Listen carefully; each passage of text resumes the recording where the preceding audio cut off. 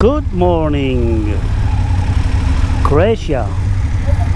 Second day of riding. We are going to a place which is called Trogir.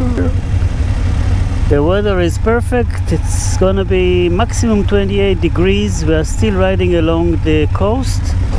We had a nice rest and a beautiful evening dinner, and now we are heading on our way.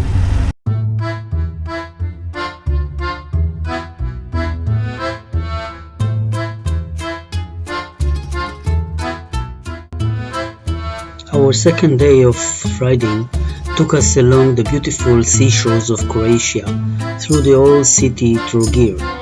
We crossed the border to Bosnia, and after some 350 kilometers and long riding, we got to Sapirience, where we stayed the night. Small town is waking up slowly.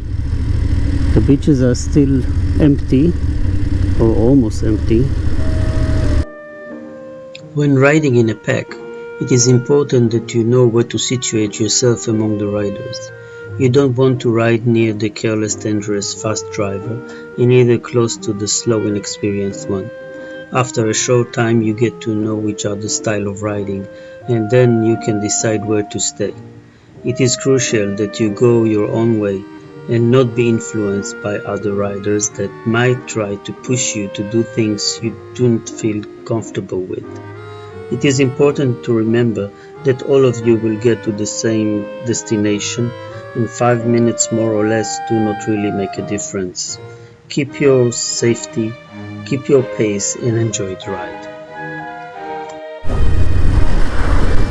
Wow, look at that. We are crossing a bridge. I don't know even how this thing calls, but this is really magnificent. Look at the boats. Very nice, really. After some riding, we made a small stop at Zechevo Rogozniko, where we had coffee and enjoyed the view of the beautiful local beach. I think it's good time for you to get to know our group members. So let's ask them who they are. I working in a company, a building company. It's my company. I don't ride a motorcycle. My motto in English, I don't need to be easy. I need to be worth it. I think I said it good. Ilan Tzafrir. I live in Nahariya, Israel. I'm working at the Israel Electric Company as a accountant and money management. I'm riding MV Agusta Turismo Veloce 800. My motto in life is to give the best and the utmost that I can to my family. My name is Yossi Ben David. I'm from Ramot Menashe, Israel. I'm a purchasing manager. I drive a custom bike. It's Kawasaki VN 900.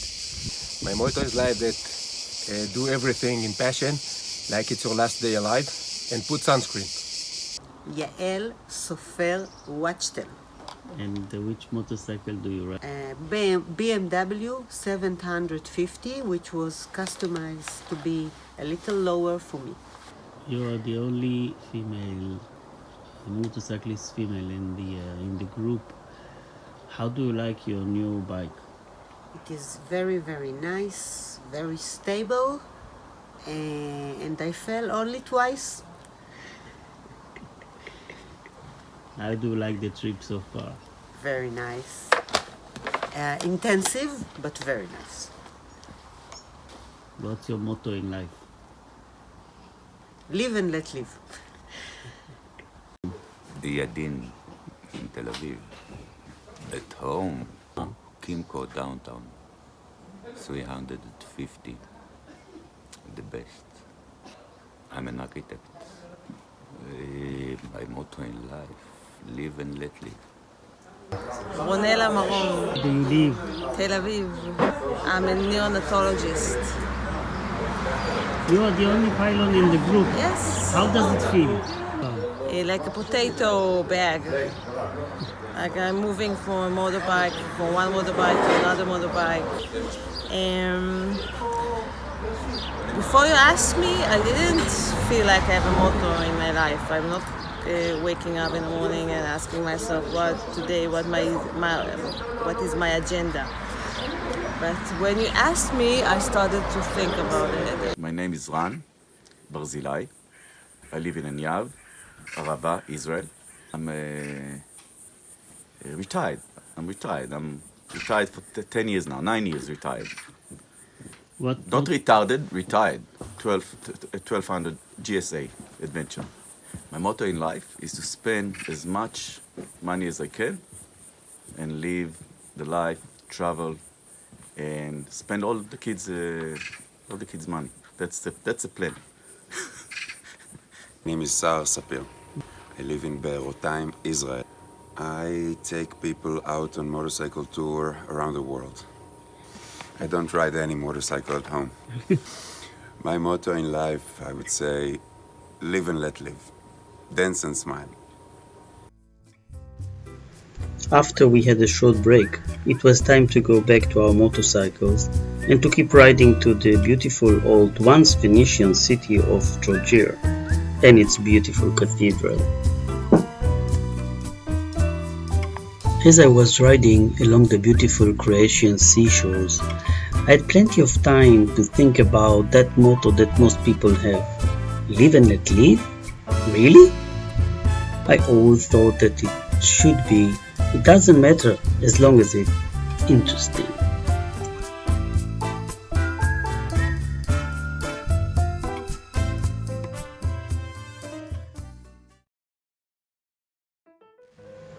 Trogir is a historic town and harbour on the Adriatic coast in split Dalmatia country, Croatia, with a population of something like 10,000 people. Since 1997, the historic centre of Trogir has been included in the UNESCO list of World Heritage Sites for its Venetian architecture.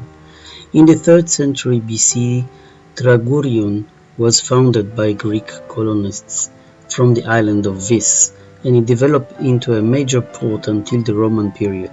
The name comes from the Greek tragos, which means male goat. In the year 1000, the Republic of Venice received submission from the Tragorium inhabitants, and the city started since then to have commerce with the Italian peninsula, enjoying cultural and economic improvements. The city changed hands along the 100 years after until 1420, in which the period of the long-term Venetian rule began and lasted nearly 4 centuries, when it was one of the best cities in the Balkans, with a rich economy and plenty of Renaissance works of art and architecture. On the fall of Venice in 1797, Trogir became part of the Habsburg Empire, which ruled over the city until 1918. It changed hands again along the Great Wars until Tito's partisans liberated it in 1944. After that, it belonged to the Second Yugoslavia, and from 1991 to Croatia. This is the city in which I told the unknown story of the forgotten Mongolian princess Changia, who was kidnapped and jumped to her death from the top of the roof of her prison. It was an interesting story, although I'm not sure about its truth and credibility, as no historical documents left to tell it, but my crazy imagination. So, take it or leave it. We left the city of Trogir and directed ourselves to the border with Bosnia. In order to avoid the busy road along the beach, we took a small detour to the mountains and rode along beautiful and picturesque villages. The roads were excellent. The highlight of Croatia's recent infrastructure developments is its rapidly developed motorway network, largely built in the late 1990s and especially in the last years. A widespread network of state roads in Croatia act as motorway feeder roads while connecting all major settlements. The high quality and safety levels of the Croatian motorway network and their geographic versatility makes Croatia one of the best motorcycle happenings.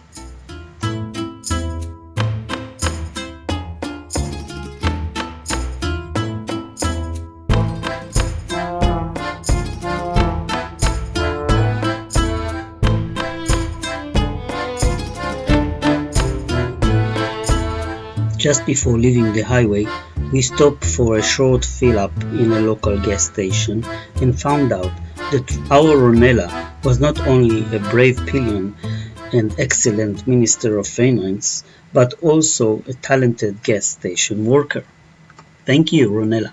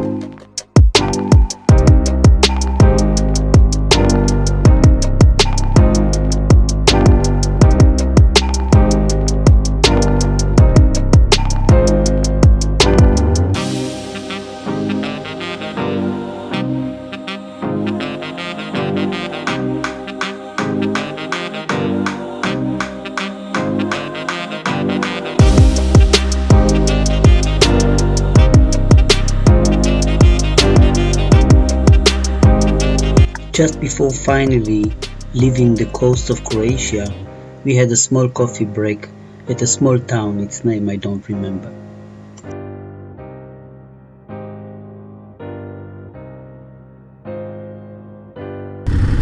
We just had a short break in this nice beach, had something to drink, and we are now heading towards the border with Bosnia. Hopefully everything is going to be okay over there. Borders are unpredictable sometimes. These small villages are just beautiful.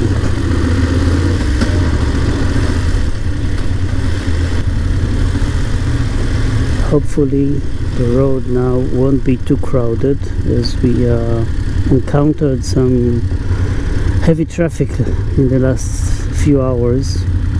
This area is highly touristic, very much populated, and it's very crowded on the roads, but the scenery is beautiful.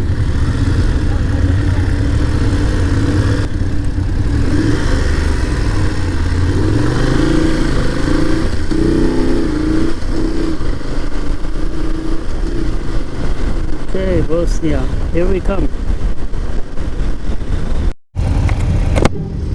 So we arrived at the Croatian border, I guess. We should pass now to Bosnia. Let's hope everything will be okay.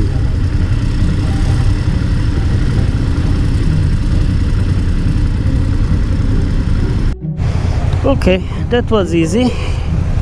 They just asked for my passport, and now let's go see what's going on the Bosnian side.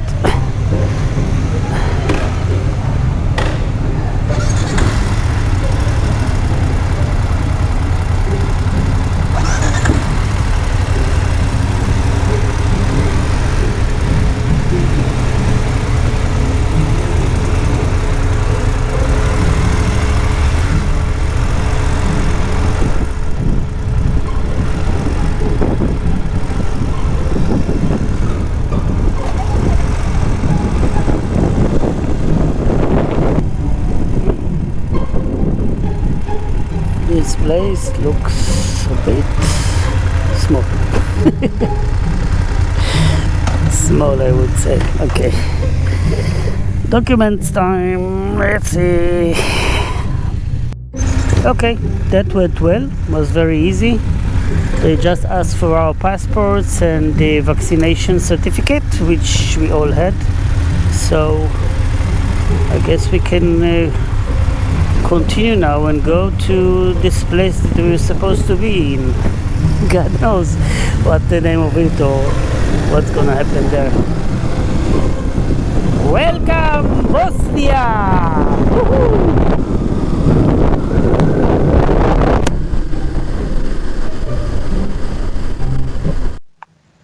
A short ride took us to our final destination, a motorway hotel in a small town named Capilinia. It was beer time, shower and dinner. If you liked that video, please subscribe down below and give us big thumbs up. Stay tuned and join us in our next video, which will take us to Montenegro.